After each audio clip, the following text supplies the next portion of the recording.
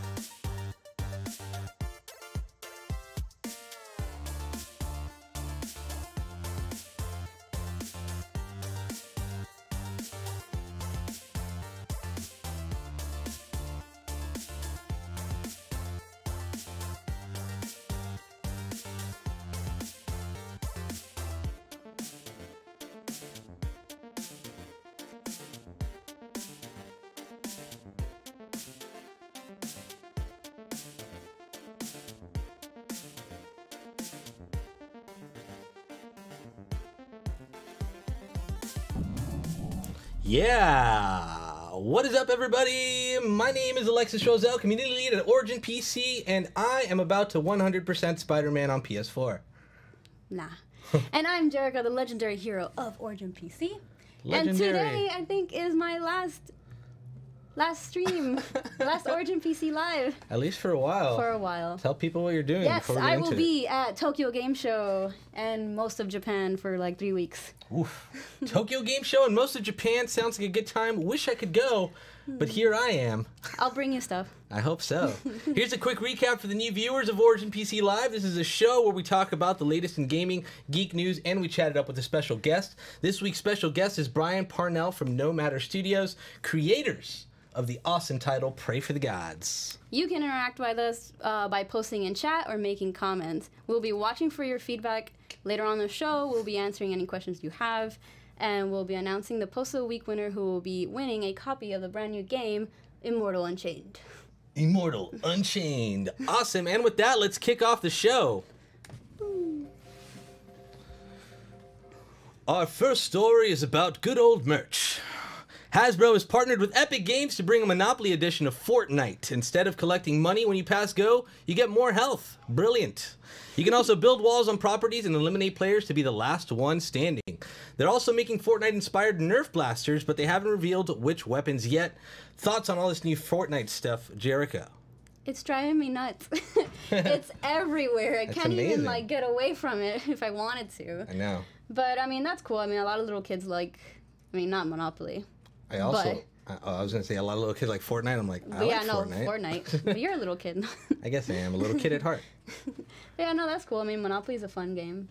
I think it's pretty cool. I think you've made it officially when they make a Monopoly edition of your whatever it is, whatever your IP is. A Fortnite game of your Monopoly. Yeah, they make a Fortnite game out of your Monopoly titles. I think it's going to be pretty cool. Obviously, they're introducing some different mechanics if you can eliminate players. But I guess you've always been able to eliminate players if they run out of money in Monopoly, yeah, right? I mean, Monopoly is like the OG Battle Royale. I know.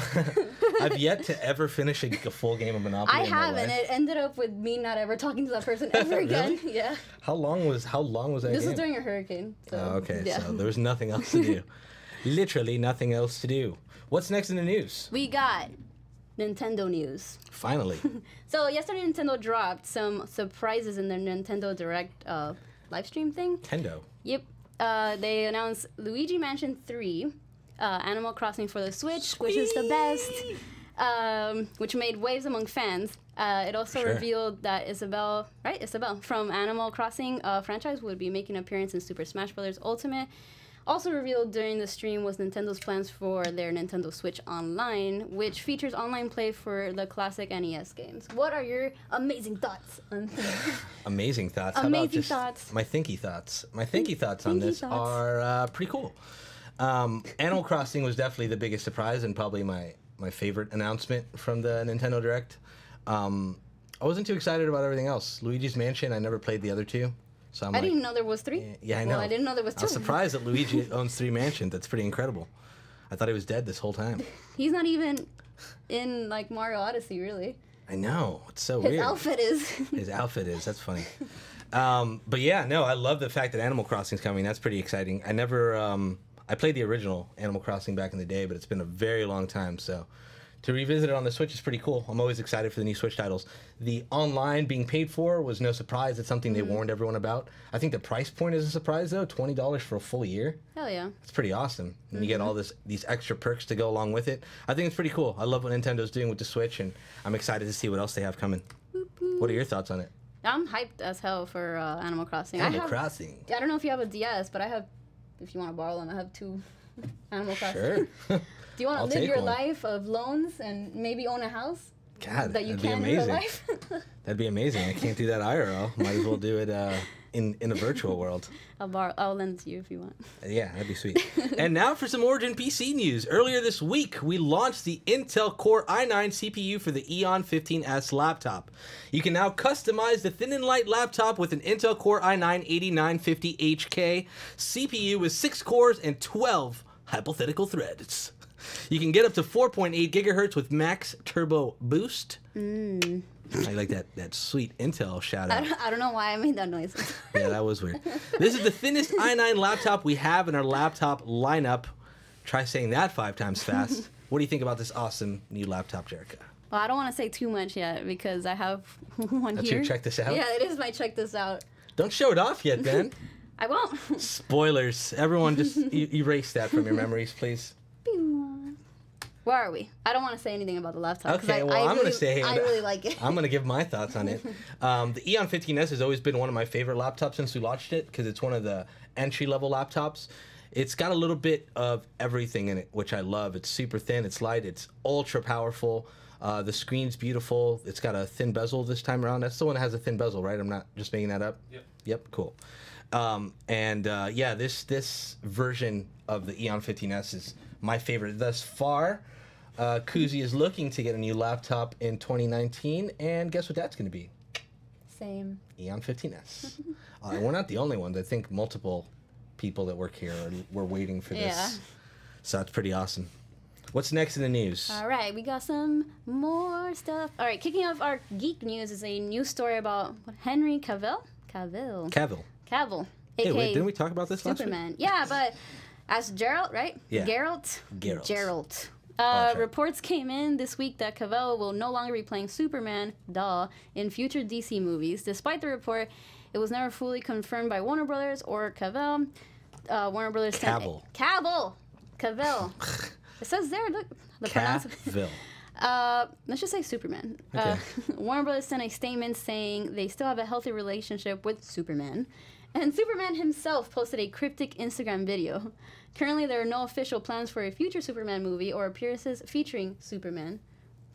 There were talks of having him cameo in the upcoming Shazam movie, but talks fell through. So just last week, it was revealed also that Superman was cast as Geralt of Rivia for the Witcher Netflix series. What are your thoughts on that? So, sad. I mean, I guess Cavill was never my favorite Superman, as discussed last week, so... I am excited to see him play Geralt, as I stated, because he's a fan of the game, so that's pretty cool, and I think he'd do a really good job at it, which is excellent. Him not playing Superman anymore, whatever. I mean, really, what do you need to do to play Superman? Be dashingly good-looking, kind of buff. Unrecognizable with glasses. Yeah. Buff, and then just have, like, a few lines. Just be very stoic. I think there's many actors that can fit that bill and take that part. Hopefully the next one's going to be good. There've already been rumors that Michael P. Jordan, yeah, that'd be cool. But I want to see who else they got. I'm sure, I mean, that hasn't been confirmed either, so we'll see who the next Superman's going to be. I don't think it's going to hurt the Superman franchise. That doesn't exist? Yeah. The damage has already been done, DC. Whatever you want to do. Who cares? You can only go up from here. I know.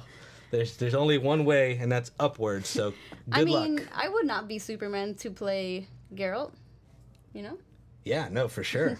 I don't know if it was his decision, though. From my understanding, there's been 2 stories. One story is that he dropped out because he wanted to do Geralt, which is, okay, understandable.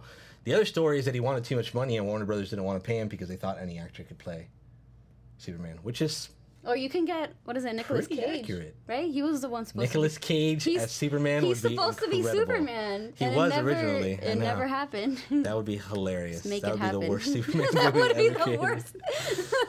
That is the one. So we said earlier that you can only go up from here if you want to prove us wrong.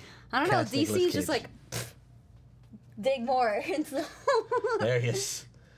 Look at Oh that. my god, there's actual photos? Yeah, I'm sure that was fan made.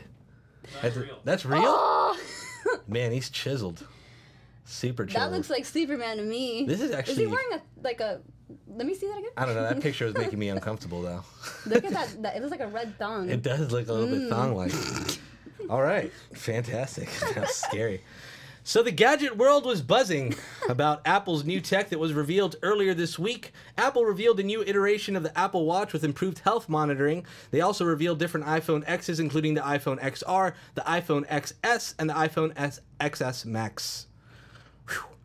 During the presentation, Todd Howard from Bethesda took the stage to show off Elder Scrolls Blades running on the iPhone, which I actually got to try at E3, and it was excellent. Thoughts on the new gadget reveals, Jerica? I'm not gonna go back to iPhone. Neither am I. I can't. Look how beautiful this is. I know. Wait, it's back. I switched over to Samsung last year. I think we all did. Yeah, like I know. Most We of us all did here. it together. Everyone did it together. We all switched. Actually, it's when they announced. So here's where I was, and I think we were all on the same page. I was already looking to upgrade my phone. I was waiting for the iPhone X announcement to decide whether I was going to go with that or the Samsung Galaxy. The X announcement came out, and all the stuff that they were like, look at what we're introducing. Samsung had for ages already, so I was like, screw this, I don't want to do that anymore. Plus, Android, I have so much more freedom to customize my phone. So many cool things I can do with it now, so I'm super happy that my phone's super unique. Like, our phones are completely different. Like, Yep. the ways yours look compared to the way mine looks is Look at it. Let's show it. different, but it's the same phone. But it's the same. Mine has an animated background on it. I absolutely love it. So I'm not uber impressed with the Apple products. Did you see the price point on those things? Yeah, that's the other part that I'm not super impressed with. I do like the stuff they did with the Apple Watch, though. I think that's pretty cool. To the health monitoring stuff, it can almost do like an EKG on you and tell you like if you need to go to the doctor right away.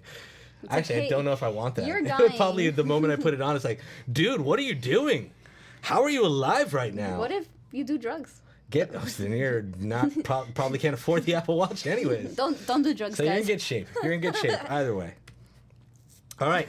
Up next, we got recent releases. Woo! Shout out to Blue Microphones for these incredible mics that we are using on the show. I don't know if you can hear me very well. I know. You gotta project. Project. Kicking off these recent releases is Shadow the Tomb Raider on PC and other platforms. Try to undo the apocalypse as Lara Croft and in this third entry of Lara's quest to become the Tomb Raider. Raid tombs, duh. Solve Duh. puzzles, duh. And hunt deadly enemies in this new adventure. I really wanted to play this one. The last two Tomb Raiders were fantastic. I think they were so well made. The first one that came out in this series was so well done. Like, it's one of the first games where I felt like I was really part of the story. It was cool to see Lara really come into her own for the first time and kind of go through that beginning journey. And then the second one, she was already getting kind of more familiar with everything. And this one, she's supposed to be just the Tomb Raider we all know and love. So I really want to see how this game goes. And it looks gorgeous. She's and so pretty. Yeah, there's a lot of cool stuff planned with it. I'm excited. I'm excited to play this one. I don't have it yet, though.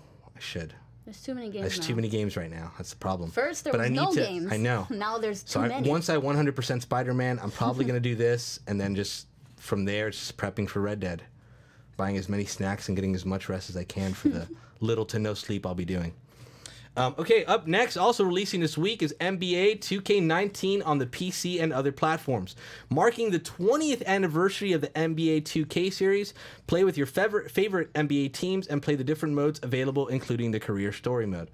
You know, it was really cool that I saw about this. They have in the custom character, one of the run styles you can choose is Naruto. Where he Shut runs up. like with his hands I don't believe back, yeah, and they were running like online, a bunch of them. One guy like totally made his character look like Naruto and was just running around the courts. It was hilarious. I didn't know that you can play NBA on PC. Oh yeah, no, this is the first time I think it's been Oh. on. No, actually, I'm lying. I think the last few have been on PC That's as well. pretty crazy. Is that the run right there? No, no, this is not the story mode. It's in the story mode with the created character stuff. It's pretty neat. Neato. Also releasing this week is Frozen Synapse 2 on PC. Play this tactical game featuring open world tactics that combine grand strategy and turn-based combat. Command squads in this what the hell? Generated city. No, that's you, man. All you. What are we doing? Blame plug of the week. Oh, not yet. Hold on. I want to talk about this game for a little bit. So, this guy just wants to speed to the show. That's not what this is about.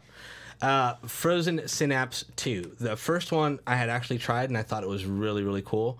This one looks very, very similar. Just a few different tweaks, but it's a really, really good strategy game. If you're into these crazy turn-based strategy games, this one is one you should definitely check out.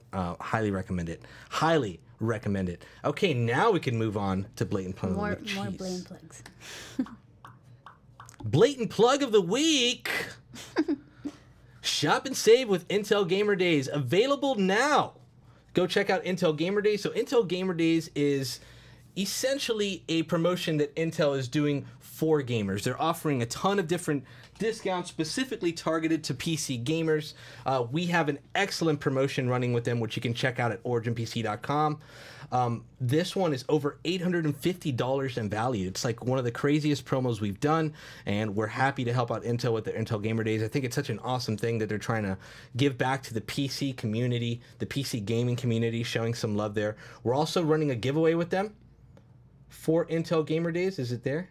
Beautiful. You can sign up to that at originpc.com/Intel Gamer Days. This one ends on Sunday, this Sunday, so sign up if you haven't already.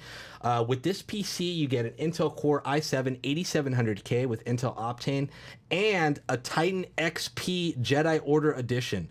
Something I don't think we've ever given away a Titan XP PC before. With Intel Core Plus, it's a beast of a rig. Highly recommend signing up to this one. Everyone do it. Go do it right now. Stop what you're doing. I'll take a break. Right now. I'll take a break. But check out all their awesome Intel Gamer Day promos. You can actually go to Intel's site and see all their excellent promotions that they're running just industry-wide. They have tons of stuff running with a bunch of different companies. Personally, the promo that we have, I think, is absolutely fantastic, so I highly recommend it. Whoa. What's going on? Hold up. Hold up. Oh, there we go. There you go. Yeah, shop, save, and win. Beautiful, Lewis. Show off. Show it off. Game without compromise on the Intel Core i+.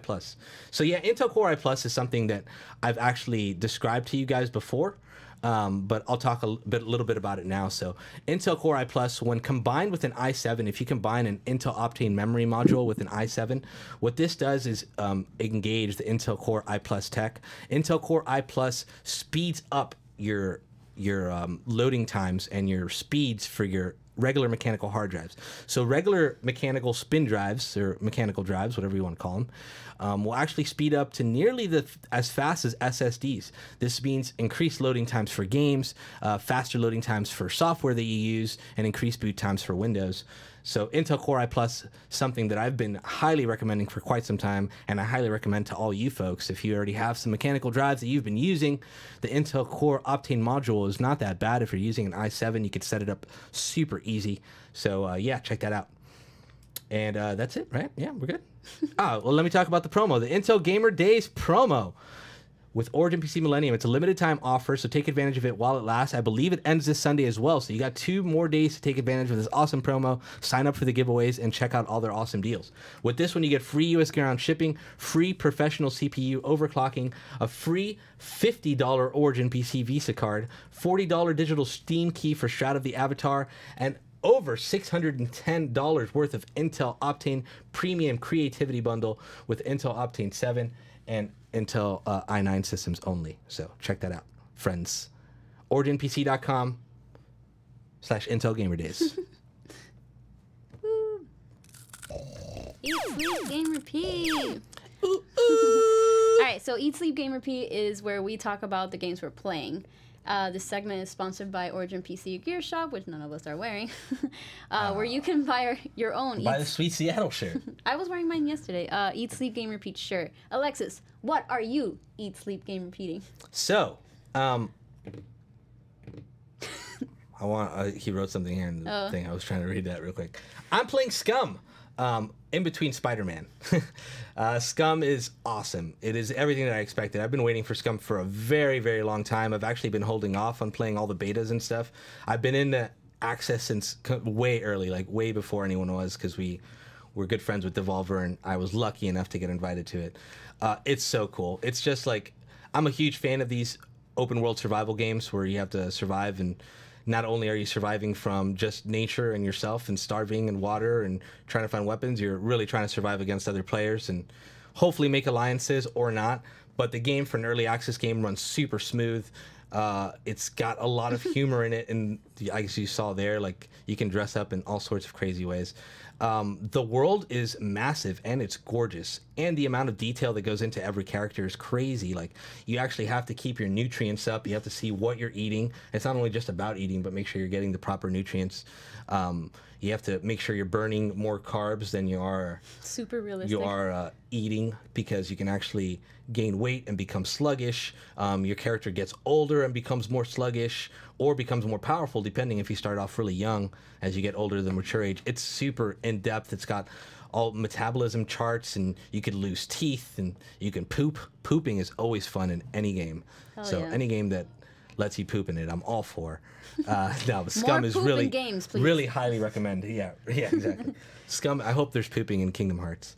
Scum is an amazing title. I cannot wait to really dig in more to it. I know it's one of those titles that they're going to keep updating and upgrading, so I can't wait to see like the fully complete polished product. I'm definitely going to be playing it a lot this weekend. If you guys are playing too and you're interested in playing with me, just tweet at me and we can go out and be nuisances together. That'll be a lot of fun. Poop on things. What are you playing, Jerica? I am playing DDR on PlayStation 2. I don't know what happened. Taking it back. Yeah, dude. Taking it back to 2005 when I was a freshman in high school, and I would skip class just to go to my local movie theater and play DDR for hours. But no, I don't know. Delinquent? Much? Yeah, I know. Don't skip school. Don't be like me. Look Don't at where skip school, I am kids. now. Yeah, look at, she's made it. But no, I Follow your recommend dreams. DDR for everybody. DDR is a fun game. Yeah, no, because I have Just Dance too, but like it's not the same for me. Like, I think I work out. It's my workout. DDR is my workout because I'm lazy. Yeah, DDR has always been. I love rhythm games just in general. Like, DDR is fun. Guitar Hero is a blast. That new Beat Saber on VR. Have you tried it yet? Oh, that's an incredible rhythm game. Like, that one made me feel like the old days of Guitar Hero when I really got into it. I love them. DDR has always been fun. DDR was just the one that I can never do. Like, my feet just don't move fast enough. Damn. I'm not coordinated at all when it comes to that. But I do like all the other games. No, right. no, hold on. I have more. Oh, there's more. Yeah, because I really want to stream DDR, but the thing is that it's all on PS2, and I have no idea how to do that. But You also, just capture card I don't it. have one of those. Dude, I'll get you one. Get me one. They're not that. I think we might have extras here. Get me one. No, because the thing is, like, I don't know where to put my camera. Like, do I put it on my face? Do I put it on my feet? No, you put like you've never seen a DDR stream. You put it really far back, and so you can capture the whole scene. Even the TV? No, you should put it by the TV and then where you're standing and watching. Okay. Yeah, exactly. I'll put it on the TV and then I have to charge you $25. There you go. But you need to get the capture card to capture it, because if you're gonna do it high quality, it's gonna have to be. PS2? Yeah, you can capture anything. Anything that's HDMI, you can capture on a capture card. Yeah, that'd be an awesome. I'll help you out. I'll help you out with that, friend, when you come back from Japan. So I don't have to worry about that for like a month. Up next is check this out. Boop, boop, boop. Thank you to Elgato for providing the Stream Deck and capture card in our streaming PC. And check this out, we'll be talking about anything we've been checking out. This includes movies, TV, music, tech, gadgets, apps, software. Jerica, what have you been checking out? So, since I work in the warehouse, I get to touch these a lot. In a weird way. So, this is like the new Eon 15. It comes with a little plastic right now. This is just a bare bone, so I can't even turn it on or anything. But it is beautiful. Yeah, and while Jerica talks about it, any of you guys in chat, if you want to share with us what you've been checking out, whether it be movies, TV, music, and games, feel free. We'll talk about it when I'm done. So, I mean, I think the Evo is a little bit thinner and weighs less. But what really sold me on this laptop is this beautiful. Look at that clicking. The clicky keys. Yeah, it's mechanical. It is amazing. I love this. This is my favorite part. The thin bezel. Yes. It's super thin. It's and nice. beautiful. It's I mean, sleek. I don't have one yet, but in the future, it's kind of expensive. But I want it so bad. Because I need a new computer. Like, I have a really old Mac, and now that I have an Android phone, I don't need it anymore. It's also taking a crap on me. So, yeah, no, it's amazing. I love it. I want one immediately. So I've also, it's funny, I was making fun of you for playing DDR4, but I'm watching Sons of Anarchy on Netflix. Also a very old title, but the reason I'm doing so, I'm rewatching it. I watch it from series beginning to end, actually like week to week on that show. I never binged it. It was such an excellent show. I loved it. And I'm leading up to watch the Mayans, their spin-off. That's why I started watching it again. I'm actually almost done. It's incredible, and it still holds up. To watch it again, I was like, damn, this show is so good. But what's screwed up is that I rewatched Breaking Bad. Good show. And then I rewatched Sons of Anarchy right after, and the dreams I've been having are super dark, man. Are you a super badass? Are Dude, you dealing drugs on a bike? I just feel like, dude, every night I'm watching people get murdered and all these drug deals going on and all this craziness. I'm like, get out of my brain. I need to like mix it in with some happy cartoons or something. It's just been very depressing. And anyone that watches Sons of Anarchy, when you're towards the end, you see all the stuff that starts happening. It really hurts because you form a relationship with these characters, and then they all start dying off. Spoiler alert. Yeah, I think I got up to the sad. second season of Sons of Anarchy, man. and I thought it was really good. You didn't even scratch the surface. But I think they killed off my favorite character, and I was just like, you know what? I'm going to kill this TV show right now. I'm not watching. You didn't even scratch the surface. That show gets so crazy. Season 5 and beyond is like some of the craziest moments in TV history, I think. It's so good. Breaking Bad, too. Breaking Bad was another I watched the whole insane thing. show. All right, so right now it's time for a short break. We're going to cut to quick commercials. Don't go anywhere, because after the break, Brian Parnell is going to be joining us, and we're going to be talking about Pray for the Gods. See you soon.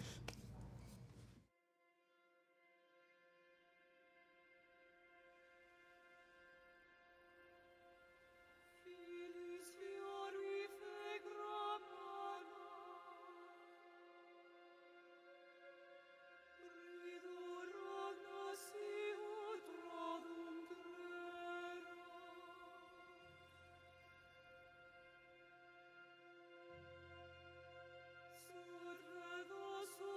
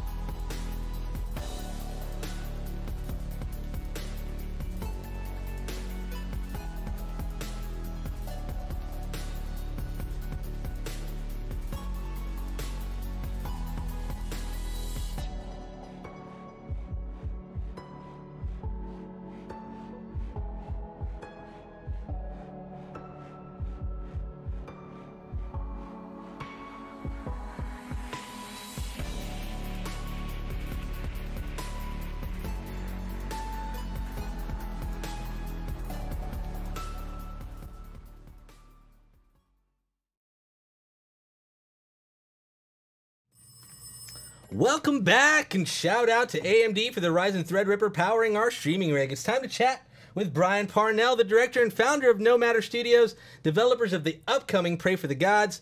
Brian is a veteran of the game industry, having worked on multiple projects including Titan Quest, Rock Band 2, Natural Selection 2, and Grim Dawn, just to name a few. Brian is currently working on Praey for the Gods, a survival adventure game where players have to fight massive bosses and try to survive. The game was funded via Kickstarter, where the team raised over $500K for the game. Recently, Praey for the Gods was playable at PAX, where our PCs help power their booth, giving attendees the chance to play the game. Brian, thank you for joining us, and how are you doing this Friday, sir? I'm doing great. Alexis. Hi, Jerica. Nice to meet you. Very excited. Yeah, thank you so much for being here. You want to kick it off, Jerica? All right, let's do this. So thank you for taking the time to be on our show and with us, Brian. We just wanted to ask a couple of questions and have a quick chat. How was PAX West for you and the team? PAX West was honestly unbelievable. Yeah. I think for us, it was our first time ever doing a booth. For really the public. Mm-hmm. So when we when we kind of set it up, we weren't really sure what to expect, and I was sort of I tend to expect the worst. So I was really expecting like no one to show up, and even when I was talking with you, Alexis, about like how many machines we would need, I was like, well, maybe this many, I'm not really sure. And when we were setting them up, I kind of was worried that we were going to have just like no lines. And I'm still in shock looking at some of the photos we took. I mean, it was all the way back. I mean, enforcers were constantly like telling us like, you got to keep the people in. It was awesome. Like, that's the best. I mean, for all of us, myself, Tim and Chen, just were blown away. Every time I walked by your booth, I was like, yes, this is amazing. I went to say hi to you guys so many times, and I'm like, I can't even get in there. So I like to walk by and take videos and pictures of every booth while I'm there of our partners. And all the pictures I have of you guys are from just really far back, just a sea of heads. I'm like, cool, maybe I'll just take pictures later. So yeah, congrats on that, because that was really, really great to see. So now that people have had the chance to play Praey for the Gods, what's been the overall reception so far? It's been, I think my poster is going to fall in the back. That's funny. Of course, it's been going to, but how was the reception? It was something that, honestly, like, we were so excited to see all the backers that had shown up for us. And a lot of the people that had really even never heard of the game were just super excited about playing it. And when we asked them usually afterwards, like, hey, what'd you guys think? And the feedback was overwhelmingly positive. I mean, we're still in closed alpha right now, and to hear people basically like asking, I'm ready to play it now, like I want to get this, was just sort of what exactly we were hoping to hear. And so for us, it was just great to see so many like kind of new faces, but also people like seeing the backers was like kind of endearing and like heartfelt, because it was, people back you, and you don't know them. You're sort of throwing yourself out there. And to see those people show up because you're there. And we took pictures with a lot of our backers, and we obviously had pins and patches to pass out to, just to sort of say, hey, thanks for either just playing the game and giving us that opportunity. But yeah, overall, I mean, it was just, I'm still kind of in a daze from PAX and just the response we got. That's pretty sweet. To touch more on that, so when you guys started on Kickstarter, initially, like, did you guys go into it thinking like, hey, it's, we're gonna reach this point and it's gonna be this big, or was it a complete surprise to you? How did it feel to reach that point and just see all that come together? Kickstarters are crazy. They're very, I'd had friends do Kickstarters. There it is. Yeah. My wife is even like, should we put, these are the posters, by the way, we use for PAX. And we knew, I'm like, it was holding, and we're like, it's fine, it'll hold. And I don't even want to look. I'm sure it's, I see it now. Yeah, there it is.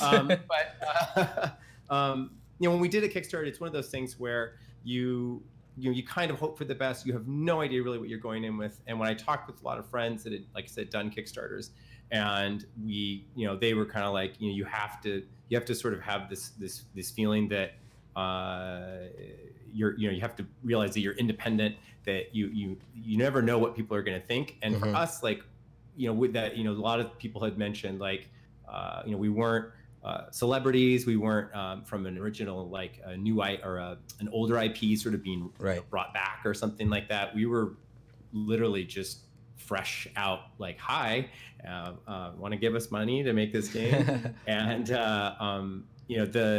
coming off also right after, I think like Mighty Number 9 had just come out, so it was a little tough. We were having to do some damage control in that regard for that.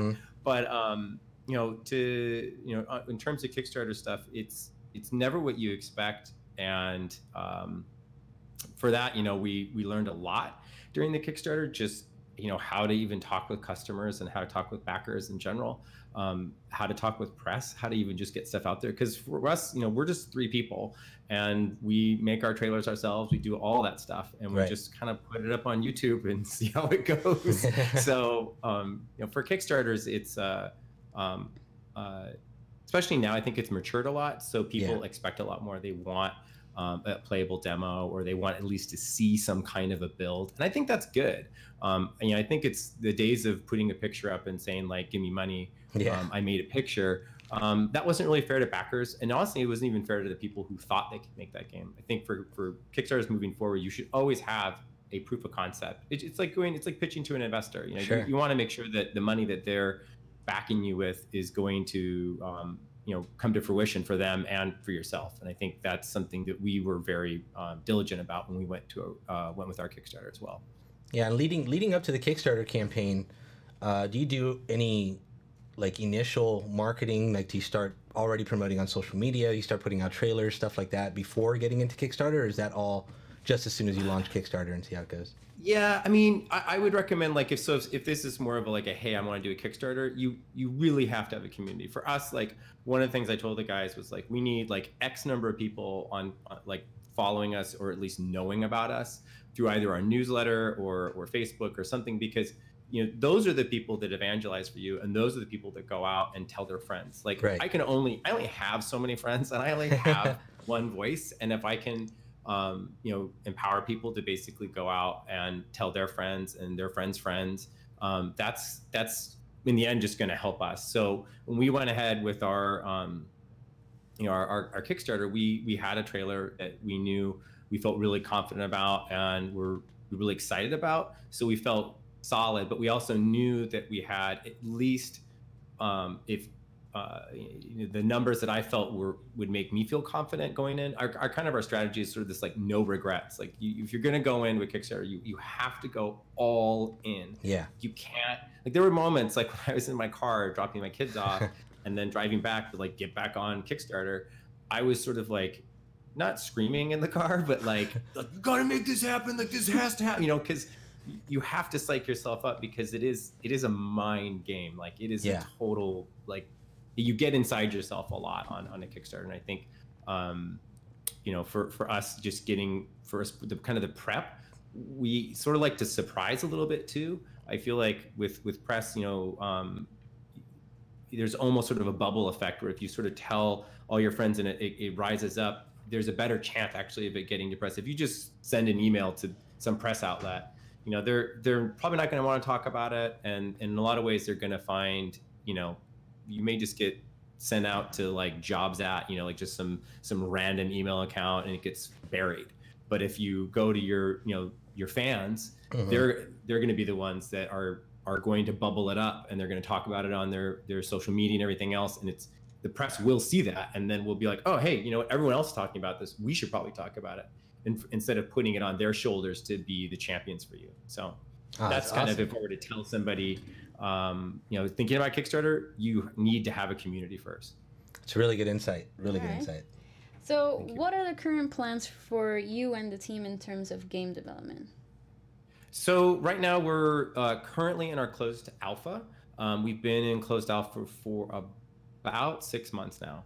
And we're looking to have our closed beta in fall of this year. Sweet. So could be soon. And assuming how that goes, I'm hoping well. I think we're all hoping it goes really well.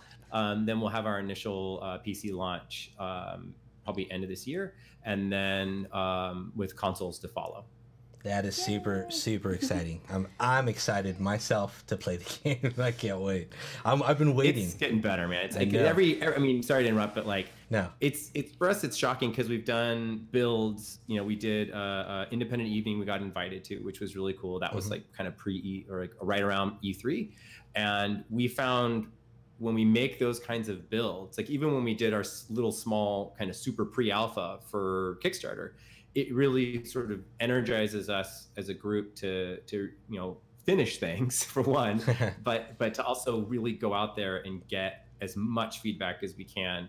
And then we usually have like another round, which the game goes from like, it's good to like, wow, this feels awesome. And when we look back even to like what we had for independent evening, we look back to what we had at RPL. It's like, it's amazing to see the progress we have in these small like builds. So for us, closed beta is a huge kind of landmark milestone for us. It's really like getting everything that we can possibly get in at the quality bar that we feel like is, basically like, hey, this can go out. And the kind of that idea of like no regrets, right? Like, oh, I wish I did this. Like, no, it needs to be in there at that quality bar that if I were a backer, I would want to see and personally expect to see. So that's awesome.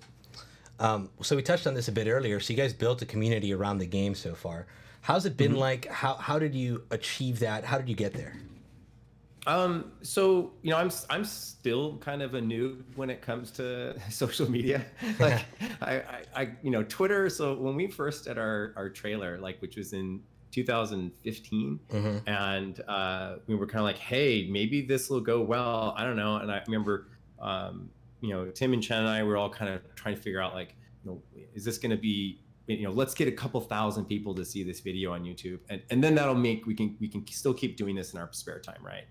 And we put it out there, and I mean, literally, I just went to YouTube and hit like send. Like there was no like fancy like this is the right time to do it. And I've learned like there's like windows now, but like at the time we were just like post, and then we were like, hey guys on Facebook, like, hey everybody, like we made a video, and it just took off. And awesome. I mean, I've been doing games for years, and I know the marketing campaigns, the millions of dollars that some of these companies spend to just get eyes on it. And I'm watching this thing just spin and spin and spin and go around the world and back. And it's just like, what do we do with this? And people were tweeting at us, and I'm like, I don't know how to respond. Do I press the heart button or do I press the retweet? Like, I mean, I was seriously clueless, and I was kind of terrified. And that was my job. Like Tim and Chen are like, you handle all this, Brian. And I'm like, okay, got it, guys.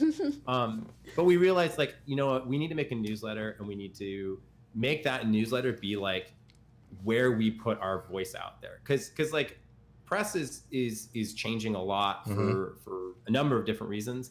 And when I first started in the games industry, it was like you had to get very specific press to play the game because no one else was, that's how you went to an audience. Right. And now it's like, no, you just have a website that people can sign up or click on a link, and you just sort of blog or vlog or discuss what you want with your community, and they give you feedback, and you start going from there. And so we've done, I think now we just did our 13th newsletter right before PAX. Nice. And we have a good deal of people that sign up for that. And we're incredibly thankful that the fact that either that's allowed them to watch us progress, but also hopefully they've told friends about it. And that was something that we just felt was core to not only how we make this game, but how we, set ourselves up as a company. And so upon that sort of acknowledgement of that community, we feel like it's something that we can then like kind of foster, and then as well, like help other people maybe learn how to build out their own community as well. So yeah, I mean, it's just something that when we utilize it or like work with our community, like streaming's been like a really, really big thing that I haven't done in a while. That's why it's so important that I'm doing it to so happy. But when we were doing our initial development, streaming was something that we felt like, look, we want to be as transparent as we can without giving out spoilers. I mean, that's sort of the double-edged sword. Right. But when we started streaming, and it was actually one of our backers was like, you gotta get out there, man. Like I remember this guy was just like, kind of like sent this giant essay to me about what I need to do during the Kickstarter. And I was like, okay. And since then, it's just been this nice fostering, almost like of a family, where I can, at least for me, and I think Tim and Chen as well, we can go and sort of discuss things sort of at a level where it's not just a random forum where someone may hate us or may love us. Like there's a little bit of a breathing space that we can talk about things that maybe we're not fully ready to talk about. And that's something I'm really thankful for, to have that community to sort of backstop a lot of ideas that we have initially. And from like sort of a closed alpha mentality, you know, that's helped foster that as well, where we've been getting really good feedback for like I said, the last 6 months or so. We started in a kind of a very developer friend mode, where it was like friends and family and development, like developer friends, like rip this apart. And then over time, you know, we rolled that out to our closed alpha backers, and yeah, and it's just been really, I say really a lot, but it's been something that I think we couldn't have made this game without. That's excellent to hear. And you got to meet a lot of them at PAX West, I imagine, as well, right? Yeah, definitely. I mean, and it was that was like probably, I mean, we met a lot of people at PAX for sure. I mean, there was you know, we met some celebrities and cool other developers that I'm super excited. I mean, I met one of the co-founders / makers of FTL, and I was like, oh my gosh, I love holy crap, FTL. I love your game. And he was just chilling. He's like, how did you know it was me? And I'm like, I watched your YouTube video, and like hit the ponytail. It was Justin Ma. And I'm like, we cool. chatted for like 20 or 30 minutes.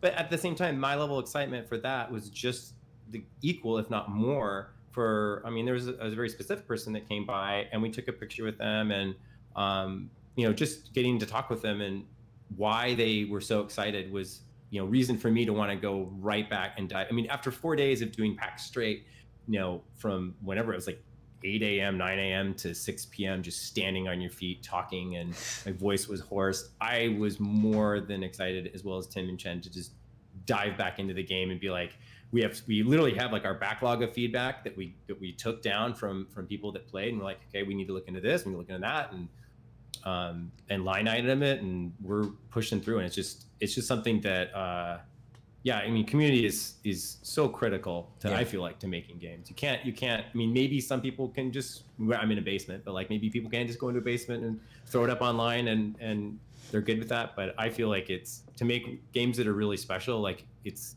kind of a no-brainer to do it this way. Yeah, definitely.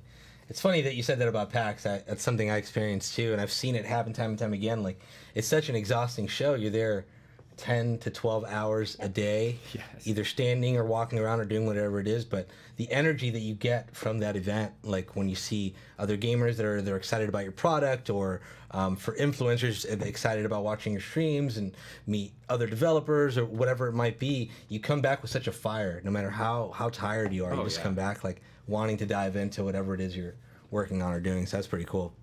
It's an adrenaline rush. It is. It's almost addictive. I could see how people could get into that sense of wanting to go to like the next convention. And we had some invites to go to some things, and it's like we really want to go, but we have to make this game. Yeah. That has to be made first. So how has the community feedback shaped the game so far?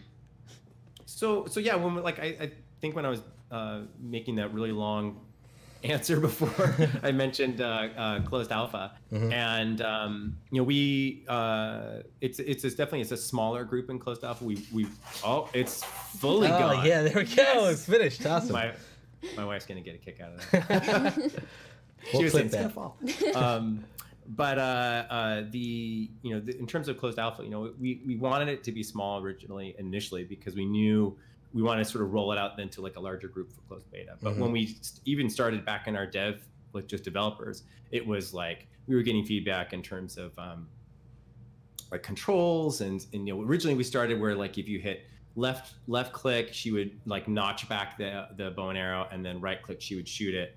And we moved to just a much more simplified system, or streamlined system, that was more just click and hold, and then she would shoot. We did that also for grappling. So we pulled a lot of systems together because of that, for a lot of that feedback. But also, you know, even simple things like just feedback on like, is the game fun?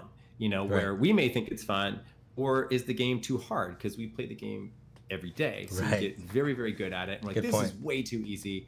And then we give it to someone for the first time, and they don't necessarily struggle, but they're like, this is hard. It's like, oh, okay. So, we've definitely learned to start looking at tuning things. Even during PAX, we found that for some people, like how we game on our stamina. So in our game, right, you climb these giant beasts, and a big part of that is sort of how you are able to manage your stamina as you're trying to stay on as he's shaking and moving around and trying to swat you off. And we use a system where you sort of like tap as fast as you can to try to regain that stamina. And for some people, like they physically can't do that. And so, that was sort of an eye-opener for us, where we obviously see people that love that mechanic, but we're also trying to find solutions that we can make for sort of accessibility for people. And I think that was something that was really eye-opening to me, that is something that I think we should really kind of double down and try to find a solution for. Whether that's at launch that we have that, I'm not quite sure, but we definitely, like I said, it's something that from feedback we feel like is important enough that we should make it actionable. And some of the other things we have, I don't know if you guys know the whole long story of Shadow of the Colossus in terms of post-launch, but like there was a lot of people that were desperately trying to find these secrets in the game, and they were digging into like beta code and like beta builds. And there's a guy named Nomad Colossus who went and spent countless like years trying to find like, is there an extra Colossus in this game? Is there an extra this or an extra that? And so we reached out to each other, and because I was like, hey, if we can get this guy to play the game, that'd be great. And he's been in our closed alpha, and his feedback has been great, and he's incredibly excited about the game, which is really reassuring for myself and Tim and Chen. That's like, hey, we're doing this correctly, I feel like. So and the other thing too is we sort of just threw people out into the game initially, like, hey, let's just throw them into the game and just see what happens. And we found that like people were having fun, but they weren't finding bosses. So that was like, okay, we need to focus on trying to make that at least initially. So we sort of spun up with our PAX build a route to get the players, at least initially, that kind of something we talk about, at least in sort of the game dev world, is that like that first 15 minutes is really critical for players to get an understanding of what the game is. And so that's kind of what we showed recently, was like, this is kind of how you start and get into the game. And then after that, we just goes wide. But we found that without that, players, is as much as they would want to say that they were wanting just to be dropped into the world and do whatever, they were clearly needed a little bit of a nudge, at least in sort of like, helping those people, especially the people that at PAX that were first timers, and like, what is this game? What is this about? What is Shadow Colossus, or what is even like some of the other games I would mention to them that we were inspired by? And they're like, I don't know, but this looks cool. And it's like, oh, okay. So there are people that are literally like first timers to this sort of gameplay. So in a lot of ways too, we had to onboard them in a way where it was kind of not too treacherous or difficult initially, but the game does ratchet up. Yeah. it certainly gets, I wouldn't say it gets too hard, but I die from time to time. Oh, and nice. I play every day. If you're dying, then that's good news. I love difficult games, so you're just making me smile. Oh, good. I want to put a permadeath in, actually. That's something I'm pushing to hope for. I feel like that makes the game feel so much more terrifying. Oh, for sure. I mean, it's like I hope we can do it. At PAX that really resonated. I was just watching people play, and I'm like, we totally have to do this. Like, I think this would be something that would, for that sort of crazy person that wants to, in a weird way, punish themselves but reward themselves at the same time. Like, that's a really good imagine the option speedruns. for them. Oh, for sure. So I was on a podcast yesterday, and I was actually talking about permadeath in games and how there's no other feeling like it. Like MMOs that you play where, like old school ones like Ultima Online, where you lose all the items if you get killed, or you lose everything on you. Stuff like that. Like, it brings a whole new aspect to the game where you actually get nervous and jittery going out into the wild or about to fight someone. And it's such a, I love that idea. Please include it. Yeah. Oh, for sure. I mean, for me, I was a Diablo 2 kid, right? So like hardcore was this, when we worked on Titan Quest, there are people that obviously would play Diablo all the time. Right. And so you'd hear people get like, they would sort of get into Diablo 2 and they get into hardcore and they get to like level 40 or something. Where I'm nerding out here for a second. No, go for it. That's like, what we do here. They would get into it, and they would come in the next day and they would just be devastated. You're like, well, what's up? And they're like, oh, like I just forgot for a second. Like they kind of like it turned off in their mind. There's kind of randomly clicking, and they just get like one-shotted, and they're like, oh. Man. But you know, they go through that grieving period, and then they're just like, I got to get back in. Oh, right? for like, sure. I have to do this. And so, yeah, like with the way our game plays, you know, you definitely go into this world, and it's, you know, you have to sort of combat the cold, and you have to, you know, search around for things to survive. But there's these minions that will sort of jump and not jump, but like pop up on you in a way, and it sort of is this lull, and then it can get intense really quick. And so that feeling of like, if it was permadeath, would be like terrifying. Oh, so, like, but that's not, I understand that's not for everyone. Right? No, like, of course. There's definitely a contingency of people that are like, look, I just want to experience this game in the atmosphere. Yeah. And the game certainly plays that way too. You know, I'm sure I won't please everybody. You know, we're not going to please every single person. But in that regard, like, I feel like with just turning that on, it can create sort of this completely unique experience that for someone who's, like I said, wanting that badly, like it's certainly doable. Very cool. I'm so hyped right now hearing you talk about that. That was really cool. So we were talking about Kickstarter a bit earlier. I want to circle back to the end of it all. So your goal was 300,000. Yep. You hit that goal. You surpassed it. I want to get two different points. How did it feel? Where were you? What happened when you hit the goal? And then how did it feel at the very end when you saw the total that you raised? So, I mean, we put a number out there that was like, I would say in talking with my buddies that also done Kickstarters, you know, we originally kind of were thinking like, hey, you know, we should do it for the amount that actually we wound up getting, right? But my buddy's like, no one will back you. That's way too high. You have to like, so we went so lean and mean at the amount that we asked for. I mean, it was like doable, but it was brutal. Like but we were able to, you know, and we were like, we can do this. Like everyone, like, you know, everyone put your hand in and like 2, 4, 6, 8, like we can do this. And so when we hit that, we were like, it was like a sigh of relief for us because it meant that we can move forward and we can get this game done. But then to go up to the actual, you know, the amount that we were, and we also reconfigured our stretch goals as well. Like at one point, you know, we had put, like, I think consoles further out. Not even further out, but just as sort of a stretch goal, because we looked at a lot of other Kickstarters, and they did that. Right. And so we felt the same, but people were. I think we may have actually a larger contingency, or not so much, but just a number of people that wanted it on consoles. And so I was like literally mid Kickstarter. I'm like, Tim, Chen, hey guys, we need to show this on console, because if we redo our numbers even after we've hit, like, they're going to think we're full of it. Like, oh no, we'll get it on consoles. So we actually, in the 2 to 3 weeks, I mean, they got it running. I wouldn't say that it was like, you still have to go through cert and a bunch of other stuff with consoles. There's a lot of stuff that goes on, but they were able to get to work. And so, you know, that definitely then I think helped mobilize a lot of the people that were maybe on the fence and like, I don't know about these guys. Like, I'm really not sure if this is legit or if this can happen. And so that definitely also motivated us to really, like, kind of, if not double down, if not more, into like, we can push this further. And so to get the number that we got, like, we were elated. Like, that was awesome. And near the end, right, it's always crazy. I think we did like a 12-hour stream or something, which was, I don't know if you guys have done streams that long. Like, it is you kind of get a little loopy at the end. And I think I was definitely staying hydrated.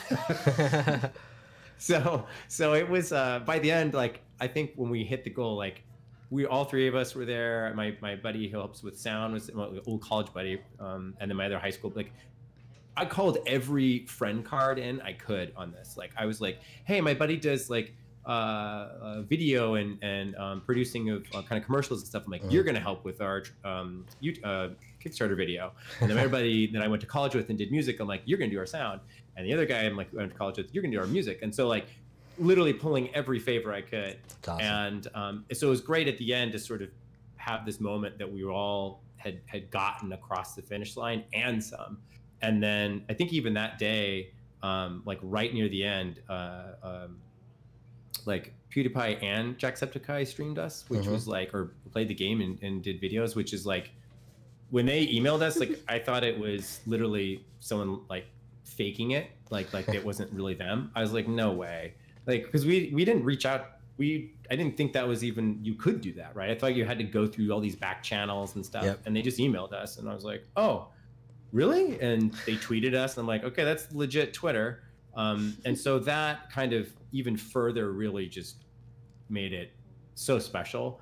But yeah, by the end, I mean, it was like the next day was sort of almost like PAX, like this daze where the adrenaline is just still in your body, and it's sort of the calm after the storm, and you just kind of are in a daze. That was the best way to describe it. Was just like, I remember I had my buddy that does the sound, Dan. We went to like a diner, and in the morning we're just like, okay, we ready? Like this is now it's go time, right? And one of my friends that did Grim Dawn, they did Kickstarter, and he would message me and mentored me a lot through the process of Kickstarter, and was saying like, are you ready for the dread to kick in? And the dread did, it's when you're okay, now you've raised your money, right? Like you've got everybody on board. Now you need to deliver. Yeah. And you need to deliver at what you have basically promised to people. And for us, that was, we knew we had it all working, but also at the same time, when you get that boost, it's very hard as a game developer to not want to feature creep a lot of things and cram in stuff. And so it was this due diligence on ourselves to be like, okay, we agreed to these things and we're going to sign up for those things, but we also want to, can we squeeze in a little bit more? And then there's always, in game development, there's always something that blows up in your face. But yeah, no, it's definitely, a life-changing moment really during the Kickstarter. I mean, it's sort of a proof of concept for yourself, as, I don't know, in a weird way, like proving that you can do it and then it actually happens. It's just, like, if you could do one Kickstarter in your life, do it. I don't know if you would say do more than one, but give it a shot. That sounds amazing. So first of all, your community is absolutely insane, and I love them. They've been spamming in chat this whole time, and I normally don't do this, but they've all been asking so much, and you don't have to answer if you don't want to, but they want me to ask about the wig. The what? The wig. I don't know what that means. I don't know where that is. I don't know where the wig is, but yeah, that was, oh man, I probably blocked that out. But that was like when we were trying to raise like so at the end of a Kickstarter, you always have like people just, I don't know if they're all like just as much into the moment that like large numbers start getting thrown around, and some of it I'm sure are people trolling, like, and that's cool, like fine, go ahead and troll. Maybe you'll get caught in the middle of the countdown and now you got to pay. Trolls on you, buddy. But the nice thing was, like, the joke was like, if we break 500, I'll put this wig on. I don't even know. I would think it was a Halloween costume. I don't know where it is, so it's not going to happen today. But I'm sure I'll probably unearth it somewhere and wear it again. But it was really itchy. Like, I like to keep this as closely shaved on purpose. I'm there with you. I do it. But no, it was just like I said. I was very hydrated at the end of that. And it just seemed like the right thing to do. They caught you at the end of the 12-hour stream. That's when you're extra loopy and you're extra hydrated. We did one here for charity. It was 24 hours. Oh my gosh! It was 3 of us, luckily, and we kind of got to take turns chatting and talking. But we were raising money for St. Jude, so same thing. And they were asking us to do things to donate, and by the end of it, they were definitely taking advantage of us. I dyed his beard red. Yeah, she dyed my beard red. It was silly. It was crazy. Oh my gosh! I know. Like on camera? Yes, on camera. I was doing karaoke for like 12 of the 24 hours. It was crazy. I don't know how. I don't know how either.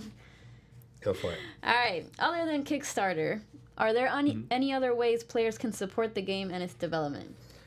Yeah, so we moved after that to we have a Humble widget on our website. So we still have like digital ways that people can back and get sort of reward tiers, and that's at our website, prayforthegods.com/support_now. I mean, if you just go to our page, there's a big button that says support now. Oh yeah, click on that, and then there's a bunch. And some of those tiers obviously will get you into closed beta, and then all of them have the opportunity to switch or choose which platform you want to be on.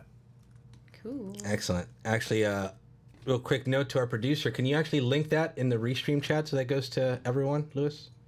Yep. Thank you, sir. All right, from me, let's change gears, switch gears a bit. So, other than your fantastic game, which we're all very excited for, are there any other games or movies, TV shows, anything that you're really looking forward to coming out this year? So I just finished binge watching Ozarks, which was great, awesome. Right? And I just started, like literally last night, started Jack Ryan. I guess that's cool. I heard that's amazing. And that was too. neat. It's kind of weird to see the guy from The Office playing this like badass. Oh, he's not really badass, but you know, it's Jim. it's just different. And for games, like I loved Red Dead Redemption, so I am super psyched about I knew that you game. I knew you and I were kindred spirits, man. Right? That was it. I'll probably have to play it after the start, probably sometime in 2019, because I'm pretty sure like I get sucked into games like that, so I need to be really really good right now and be lean and mean on my time. For I have so much going on. I know it's going to ruin everything. Right? I mean, the first one was so cool, just like riding your horse, and the horses were done so well. And then there'd just be like some random person like asking for help, but then they like stab you in the back. So you tie them up. And you're like, we're going down to the tracks, and you take them to the tracks. I left many people on the tracks. Yeah, me too. I love open world games like that, and I love westerns. So the mix of the two just hit. Right? I've said this so many times, but just to let you know, Red Dead, the first one, is the only game I've ever gotten 100% on, and because I just loved it so much, and I played it well after that too. I just loved being in that world. Did you do like the horseshoe game then? Wasn't that one of the things? That was one of the things. Sure did. You 100%ed that. I 100%ed everything. Awesome. The horse mechanics in the first one were fun, and the stuff that they're doing for this one looks crazy cool. Yeah, and there's different types of horses. I feel like this one, the marketing for me on the first one was just like the guy's voice who was talking. He's like, yeah, you're doing these. And I don't know what about his voice, but it totally got me psyched. Yeah. And just seeing the horses, like the muscles on their legs, like move. I mean, I'm a game developer, so I got totally excited about like, oh, there's normal map blending. Like, that's so cool. And then to play the game though, I was just like, oh, this is awesome. And so when the second one came out, like it didn't take much. They just had to say like, yeah, we're making another one. But the trailer was a very like interesting way they did it. It was very like informational. It wasn't they didn't have to hype it. They just explained like, this is what you do. I was like, okay, then where do I throw my money? Here's my money. Exactly. They showed it was just like all the gameplay features. I thought it was very, very well done too. And yeah, when they first announced it, I think all they did was change their logo to red, and I already was like, it's happening, it's happening. I was going crazy. Oh, that's awesome. Yeah, that's so good. So I guess this is the final question. Final question for me. What do you like best about PC gaming? So, I mean, I love all types of gaming, but for me, PC gaming, like really, I mean, it was like, I remember I built my own PC when I was right out of high school, and I played Quake 2 and a couple other games, but then like I got into modding, and I got into doing like, which were called like text-based games or like MUDs and stuff. There's just like this breadth of games that I don't think are really even possible on console. Like how, like unless you want to plug a keyboard in, right? There's just things that you can do like with WoW, right? Like I remember playing the hell out of WoW. Like there's just something that I feel like with PC gaming is kind of sort of looking for unreplicatable. Like you can't replicate it. And it's very the ability that you have that much control in your gaming. Like you want to make it look better, like you can go get a new graphics card and look awesome. Or if you don't have that kind of money, you can get a card that maybe meets your budget, but you can still play a lot of those games that otherwise you couldn't. So like then on top of that, you're like, well, now I'm excited about this game. I'm going to go make my own game with the same box. So or mod it, right? And like the modding community, I think is a huge thing that you just don't see very often in consoles. I mean, there may be map makers and some other things like that, like Mario Maker was really cool, but Like with PC games, I just feel like there's a community that's, just so unique, and that for me is just something that keeps me coming back. Yeah, 100% agree with you there. I Great. lost you. Oh wait, your camera froze. I still hear you though. Oh no, what happened? Just close the camera out real quick. Lewis, you got that? Yeah. All right. Or just you can turn it off, the display capture thing on OBS. Okay. All right, Brian. Well, that was it, man. Before you I don't go, hear anything. you still hear me? No. He's there, Oh, okay. but we can't see him. This would make sense. Okay. Oh yes, I hear you. Okay, perfect. So, before you leave, tell people where they can find you, where they can find Praey of the Gods, if they want to help support the game, if they want to follow the game, what can they do, where can they go, and any other parting words that you may have for the community. Yes. So I'm gonna say this really quick. It's cutting out, but that's great. Prayforthegods.com. That's Praey for thegods.com. We also have a Discord that we frequent. The three of us, Tim, Chen, and myself, are in daily. That is discord.gg/prayforthegods, and as well Twitter @prayforthegods, Facebook, facebook.com/prayforthegods. All those things. I'm usually the one that's always typing and responding because Tim and Chen are very busy doing a lot of the engineering and work on the game. I do a lot of it too, but I gotta split my time.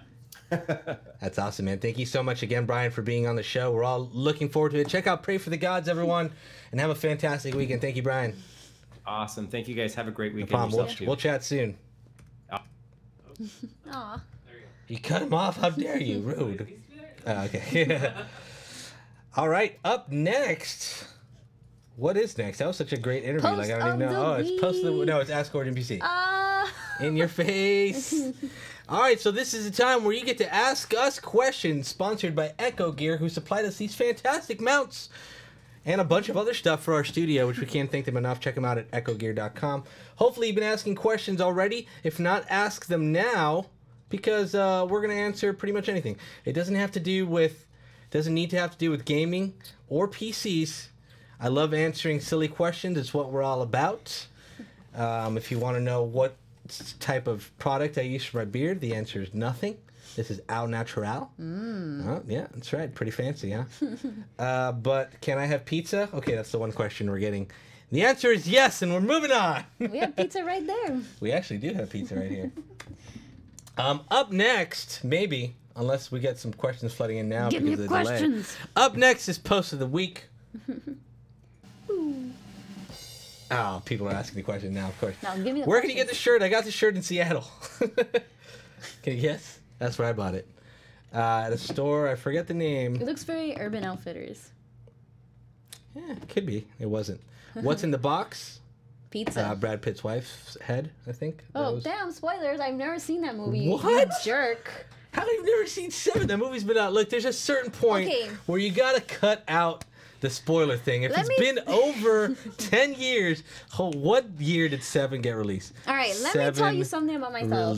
I'm date. really bad with movies. All right, I've never. 1995, that movie came out. I was There's 4 no years way old. That's a spoiler at this point. Spoiler.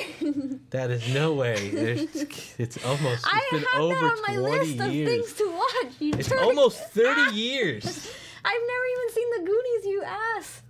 Well, they died in that too. I'm just kidding. The Goonies don't die. Goonies is a family-friendly, fun movie.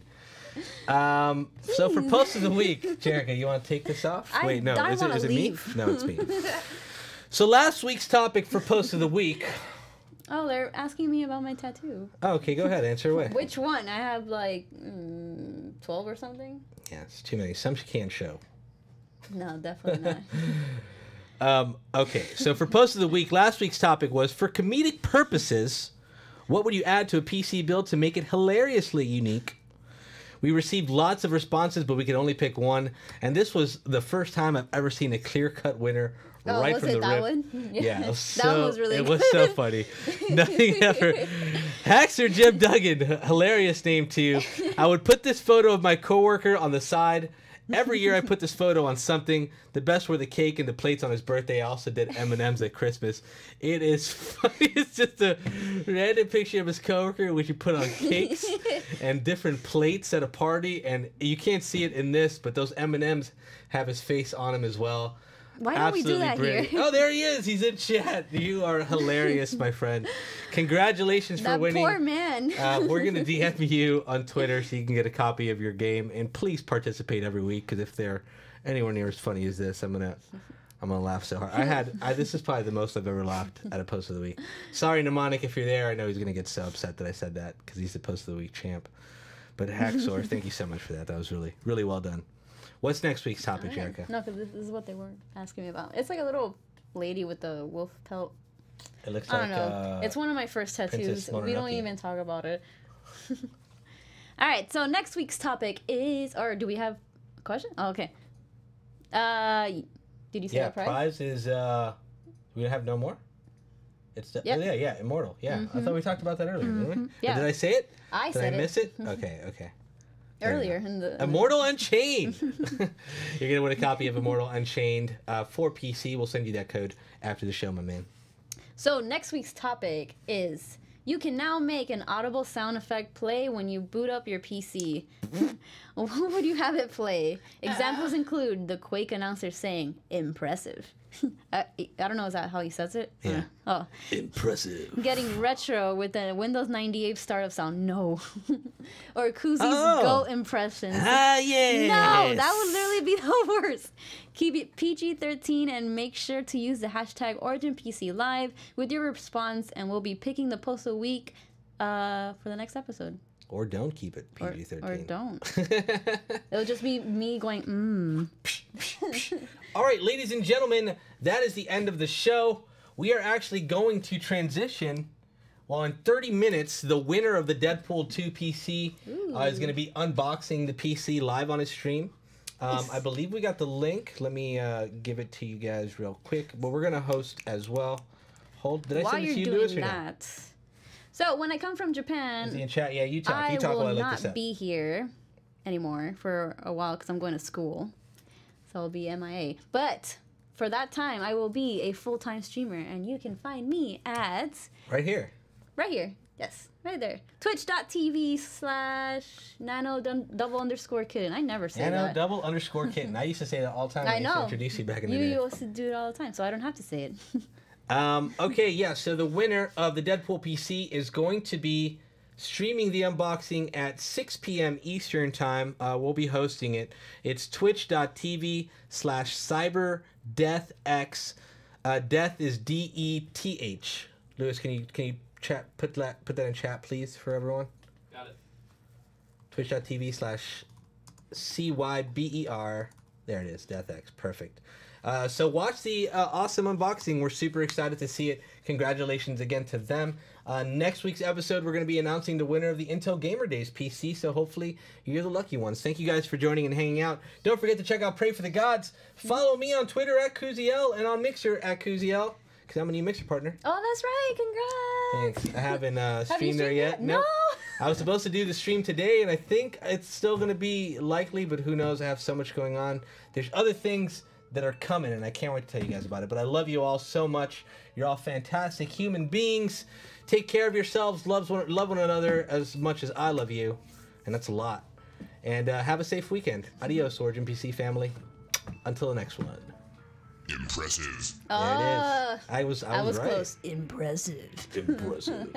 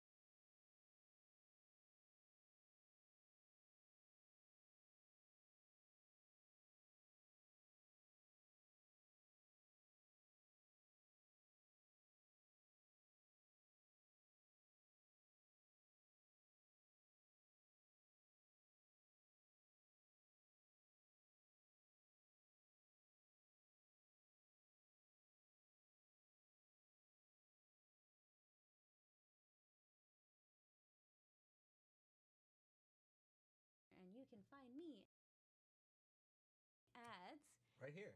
right here. Yes, right there. Twitch.tv/nano_kid. I never say Nano that.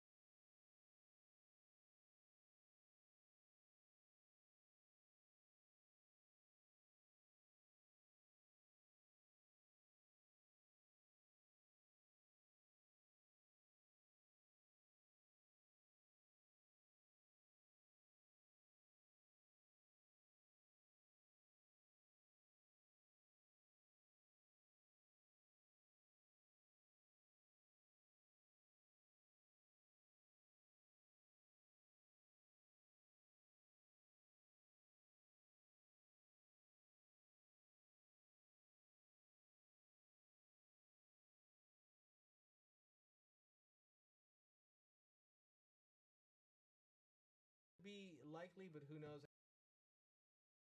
I have so much going on. There's other things that are coming, and I can't wait to tell you guys about it. But I love you all so much. You're all fantastic human beings. Take care of yourselves. Love one another as much as I love you, and that's a lot. And have a safe weekend. Adios, Origin PC family. Until the next one. Impressive. There it is.